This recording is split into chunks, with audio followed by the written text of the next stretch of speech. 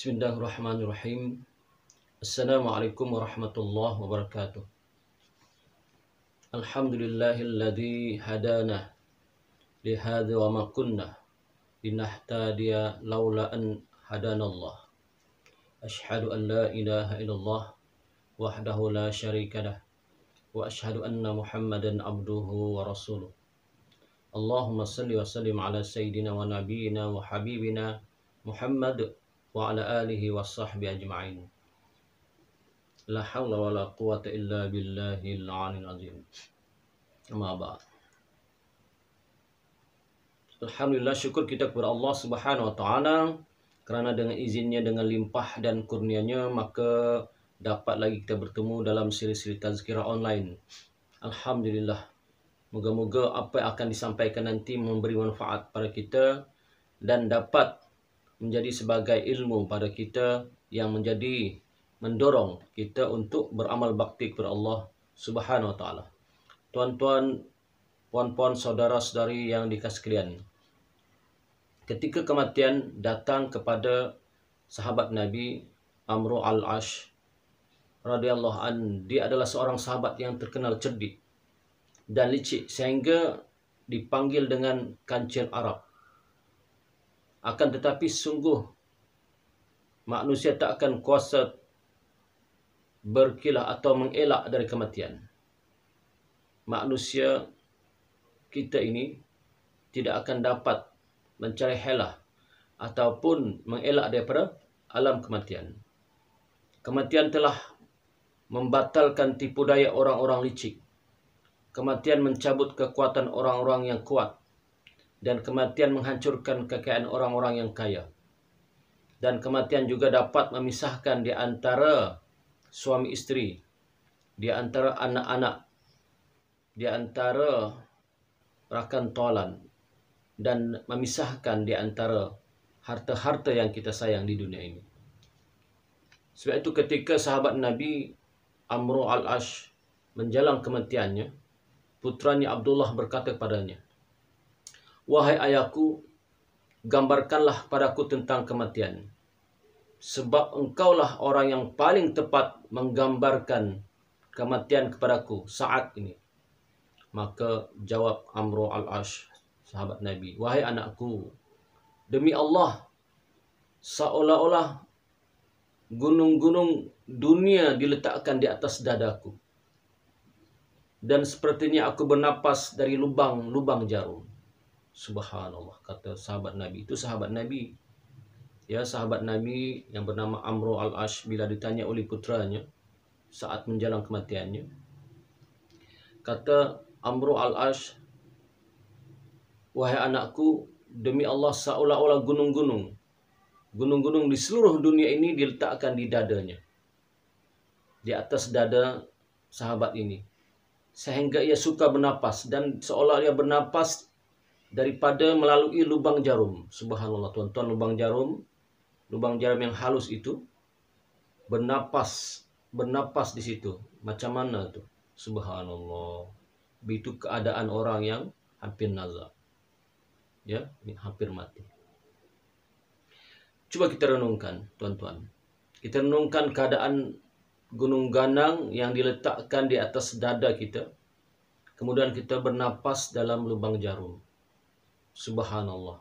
Hasbunallah wa ni'mal wakil. Kemudian Ibnu Rajab pernah bercerita bahawa pada satu hari Sayyidina Umar al-Khattab radhiyallahu an berkata kepada Ka'ab al-Ahbar, "Wahai Ka'ab, gambarkanlah kepadaku tentang kematian."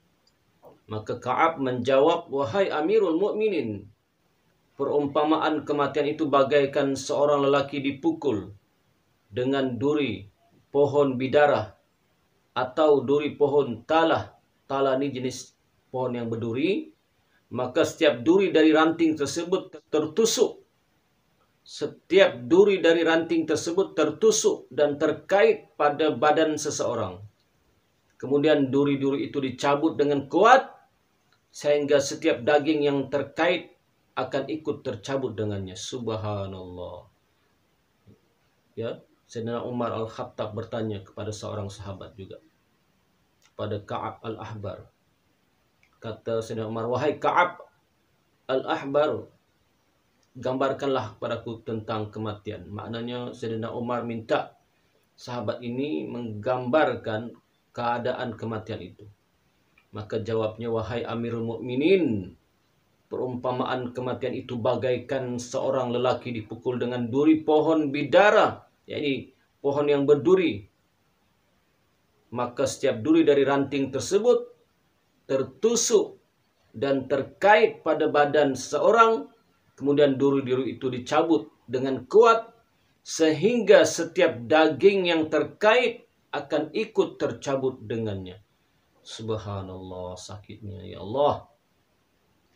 Sebab itu Allah Subhanahu wa taala berfirman dalam surah Al-Waqiah ayat 83 dan 87 yang bermaksud, maka alangkah eloknya kalau semasa roh seorang dari kamu yang hampir mati sampai ke kerongkongnya, sedang kamu pada masa itu berada di sekelilingnya, menyaksikan keadaannya, dan kami lebih dekat kepadanya daripada kamu, tetapi kamu tidak melihat.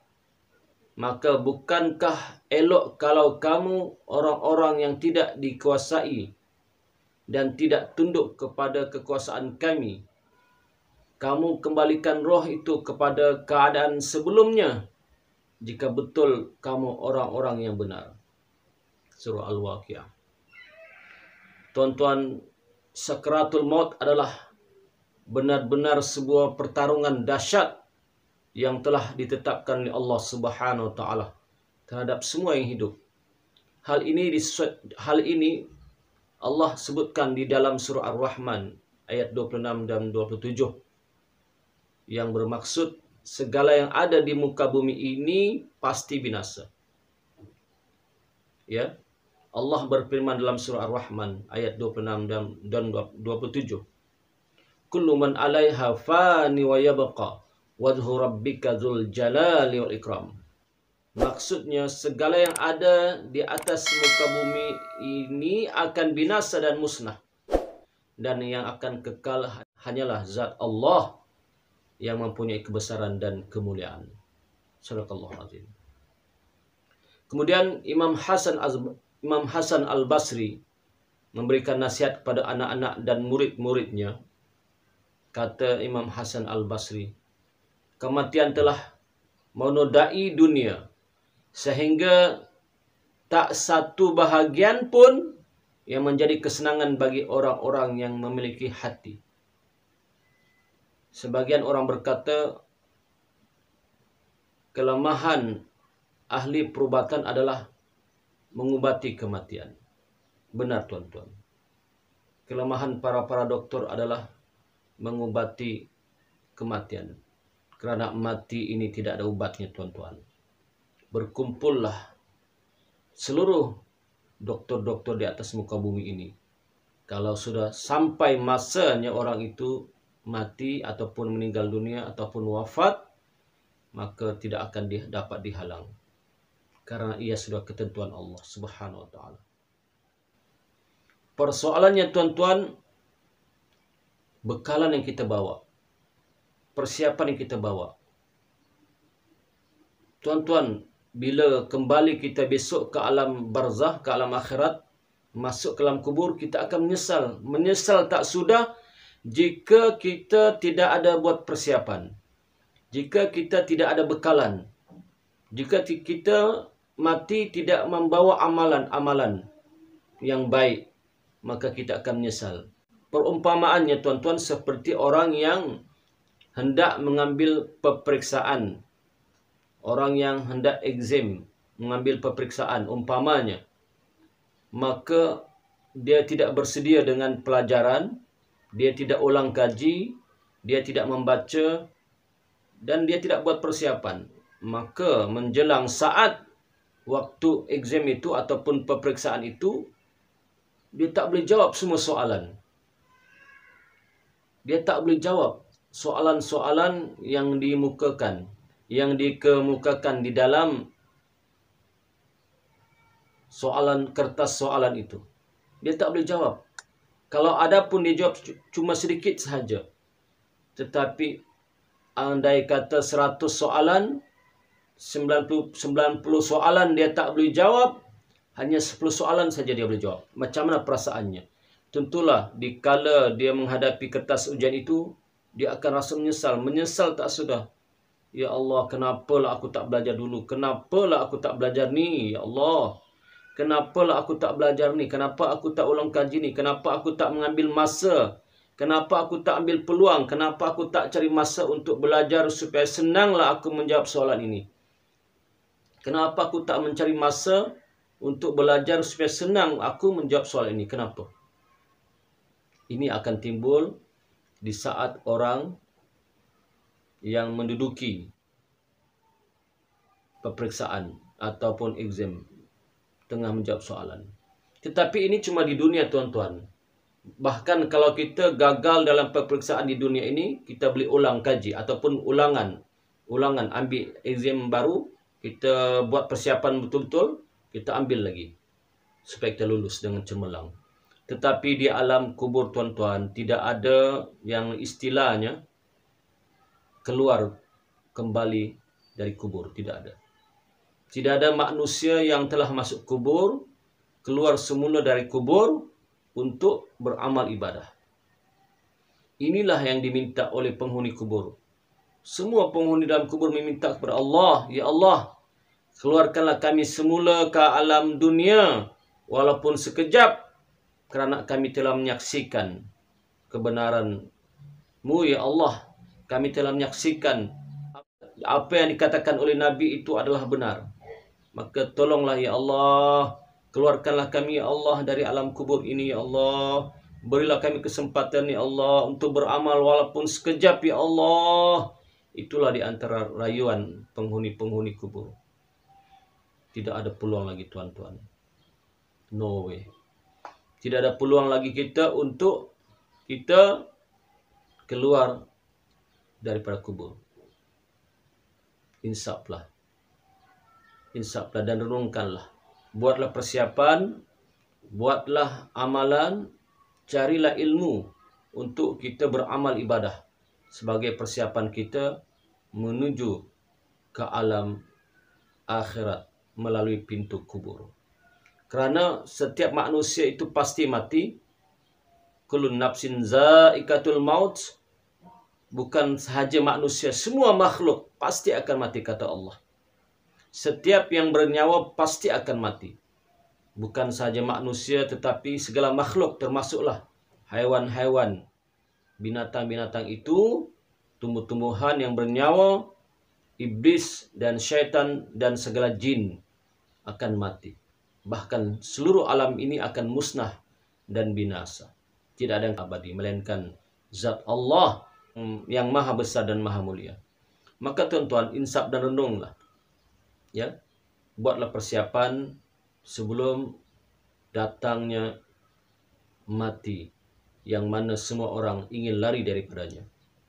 Qul innal mautal ladzi tafiruna minhu fa innahu mulaqikum. Sesungguhnya mati yang ingin kamu lari daripadanya itu, maka mati itu pasti menemui kamu. Ada satu cerita yang saya nak ceritakan pada tuan-tuan semua sebagai suri toladan. Cerita ini mengisahkan seorang yang ingin supaya dia tak mati. Seorang yang menganggap bahawa dia tidak akan mati kalau dia jaga kesihatannya dan sebagainya. Maka kisah ini adalah kisah tentang seorang raja yang mengetahui bahawa malaikatul maut Israel itu akan datang mencabut nyawanya. Maka dia pun memintalah seluruh tenteranya dan anggotanya untuk membuat satu bilik ataupun satu tempat yang mana bilik itu tidak dapat dimasuki oleh sesiapa pun. Kerana bilik itu dibuat daripada logam-logam yang kuat seperti besi, tembaga dan sebagainya dengan tebal. Maka raja ini memerintahkan rakyatnya untuk membuat satu bilik yang kokoh, bilik yang kuat, yang kokoh, yang tebal, dibuat daripada lugam, di antaranya besi dan tembaga yang tebal, maka masuklah raja itu ke dalam kamar itu, ke dalam bilik itu. Dan setiap kali masa makan, datanglah rakyatnya membawa hidangan makanan. Begitulah seterusnya raja itu. Dan beranggapan bahawa raja itu, bahawa dia tak akan mati. Karena tebalnya kamar itu, tebalnya bilik itu, ruang tempat rehatnya itu, maka raja itu beranggapan dia tidak akan mati. Kerana dia tidak dapat dimasuki. Kerana bilik itu yang tebal itu tidak dapat dimasuki oleh malaikatul maut ataupun malaikat Israel. Maka takdir Allah Subhanahu wa taala satu ketika raja itu keluar sebentar sahaja dari bilik itu, maka dengan izin Allah, dengan takdir Allah, dengan tak sengaja raja ini tersepak batu. Ya, ujung jari kakinya tersepak batu menyebabkan ibu jari kakinya bengkak. Bengkak, kemudian membesar dan terus membesar, bengkak bernanah, membesar dan membesar. Akhirnya dia pun panggil tabib. Dia panggil tabib, doktor ketika itu untuk merawatnya. Kata doktor, wahai Tuan Raja, tidak ada harapan ibu jari kaki Tuan Raja ini, kerana kita perlu potong ibu jari ini, kata tabib atau doktor itu kepada raja. Kerana kata tabib itu, wahai raja, jika kita tak potong ibu jari raja ini, maka kuman ini akan merebak, bengkak ini akan merebak, nanah ini sakitnya akan merebak ke anggota kaki yang lain. Maksudnya kaki yang di atas itu. Mau tidak mahu, maka raja ini pun setuju, maka dipotonglah ibu jari kakinya. Tapi tak sembuh juga tuan-tuan. Penyakit itu masih bertambah besar dan merebak ke bahagian kaki pula. Maka dipanggil lagi tabib itu, wahai tabib, tolong aku, ubat aku. Kata tabib setelah melihat sakit itu, wahai Tuan Raja, tidak ada harapan lagi Tuan Raja. Terpaksa kita potong kaki Tuan Raja ini. Kerana kalau tak dipotong, maka dia akan merebak ke tempat yang lain. Mau tidak mahu, dalam keadaan terpaksa, maka raja pun setuju. Maka dipotonglah kakinya sampai ke buku lali. Tetapi penyakit tak sembuh lagi tuan-tuan. Masih sakit lagi, bahkan makin kuat, makin hebat. Merebak sampai ke betis, sampai dekat paha. Maka sama jugalah bila raja panggil tabib, wahai tabib, tolong obat saya. Maka kata tabib, ini ada masalah besar, tak boleh diobat, melainkan kita potong kaki sampai ke pangkal paha. Kerana kalau tak dipotong, maka sakit ini akan merebak dan terus merebak. Maka akhirnya mahu tidak mahu, dalam keadaan terpaksa raja ikut nasihat doktor tabib itu, maka dipotonglah kakinya sampai ke pangkal paha. Tetapi tuan-tuan, sakit itu masih tak sembuh-sembuh lagi. Masih tak baik-baik lagi. Subhanallah. Maka akhirnya bengkak dan sakit itu sampailah ke kawasan perutnya. Sampailah ke kawasan penghadamannya. Maka dia pun panggil tabib, wahai Tuan Tabib, tolong obat saya. Bagaimana keadaan ini? Kata tabib, wahai Tuan Raja, wahai rajaku, tidak ada harapan lagi untuk kita pertahankan bahagian perut Tuan Raja ini atau penghadaman Tuan Raja, melainkan dipotong untuk selamatkan anggota yang lain. Subhanallah tuan-tuan. Sampai di sini raja tak setuju. Kerana kalaulah dipotong bahagian itu, apa akan jadi? Maka raja ini pun pasrah sahaja dengan takdir. Akhirnya raja ini pun meninggal dunia. Mati. Sampai maut sampai kepadanya. Tidak lambat walaupun sesaat, dan tidak cepat walaupun sesaat. Akhirnya raja itu pun meninggal dunia. Lihat tuan-tuan. Lihat. Bagaimana seseorang yang ingin lari daripada kematian, walaupun dia membuat kamar atau bilik yang canggih, yang dindingnya tebal, dibuat daripada logam yang keras, di antara tembaga dan besi pun, kalau sampai ajalnya, kalau sampai maut datang, tidak ada siapa yang menghalang. Asbabnya sahaja sakit itu. Hakikatnya Allah Subhanahu wa taala telah takdirkan sampai ajalnya. Satu kisah lagi yang berlaku di zaman Nabi Sulaiman alaihissalam. Di zaman Nabi Sulaiman alaihissalam ada seorang laki-laki yang duduk berdekatan dengan Nabi Sulaiman alaihissalam. Kemudian Nabi Sulaiman alaihissalam terlihat di depan Nabi Sulaiman alaihissalam ada seorang lelaki juga yang melihat rakyat Nabi Sulaiman yang duduk dekat Nabi Sulaiman ini, merenungnya dengan tajam. Nabi Sulaiman pun heran. Kenapa seorang laki-laki itu merenung rakyatnya yang duduk di sebelah Nabi Sulaiman dengan renungan yang kuat dan tajam. Maka yang sebenarnya yang merenung laki-laki itu, yang duduk di dekat Nabi Sulaiman itu adalah seorang malaikat. Malaikatul maut, pencabut nyawa. Dia pun heran kerana Allah takdirkan umat Nabi Sulaiman alaihissalam ini mati di India. Allah takdirkan. Tetapi dia masih duduk dengan Nabi Sulaiman alaihissalam. Dia masih duduk berhampiran dengan Nabi Sulaiman alaihissalam. Maka dengan izin Allah, dengan takdir Allah, laki-laki ini pun bertanya dan meminta izin pada Nabi Sulaiman alaihissalam dengan berkata, "Wahai Nabi Allah Sulaiman, tolonglah bantu saya, izinkan saya untuk pergi ke India. Izinkan saya, bantulah saya, tolong saya untuk pergi ke negeri India." Maka Nabi Sulaiman alaihissalam pun perintahkan angin untuk membawa laki-laki ini pergi ke negeri India. Rupa-rupanya sampai di negeri India, laki-laki ini pun mati sampai masa dan ajalnya. Nampak tuan-tuan? Kalau dah sampai ajal kita, kematian kita tidak akan lambat walaupun sesaat, dan tidak akan cepat walaupun sesaat. Jadi tak ada seorang pun yang tahu bila dia mati, tuan-tuan. Tak ada. Termasuk saya lah. Ada orang yang meninggal ketika menaiki bas. Ya. Kalaulah dia tahu bahawa ajalnya sudah dekat, kalau dia tahu bahawa ajalnya itu berada ketika di Kemelangan, maka saya yakin orang itu tak akan menaiki bas. Begitu juga orang yang meninggal ketika menaiki kapal terbang.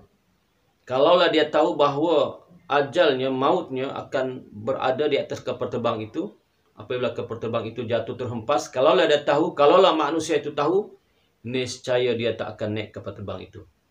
Tetapi tidak ada siapa yang tahu bila dia mati, di mana dia mati. Tidak ada siapa yang tahu. Wallahu alam. Hanya Allah sahaja yang mengetahui, tuan-tuan. Jadi tuan-tuan, cukup setakat itu untuk tazkirah kali ini. Kita ambil iktibar, ya. Mudah-mudahan dapat memberi manfaat pada kita semua, termasuk saya, supaya kita bersiap sedia dengan amal bakti kita kepada Allah Subhanahu wa taala. Supaya jangan terlambat, ya. Jangan kita berlambat-lambat. Supaya kita selamat di dunia dan selamat di akhirat. Yakinlah kematian itu pasti. Yakinlah bahawa kubur itu benar, akhirat itu benar. Seksa dalam kubur itu benar, soalan mungkar dan nangkir di dalam kubur itu benar. Hari akhirat itu benar, hari kiamat itu benar. Neraka dan syurga itu benar. Yakinlah tuan-tuan. Oleh kerana kita yakin kebenarannya, maka mulai sekarang persiapkanlah amal bakti kita menuju ke alam baqa, menuju ke alam kubur. Sekian, wabihi wallahu alam. Assalamualaikum warahmatullahi wabarakatuh.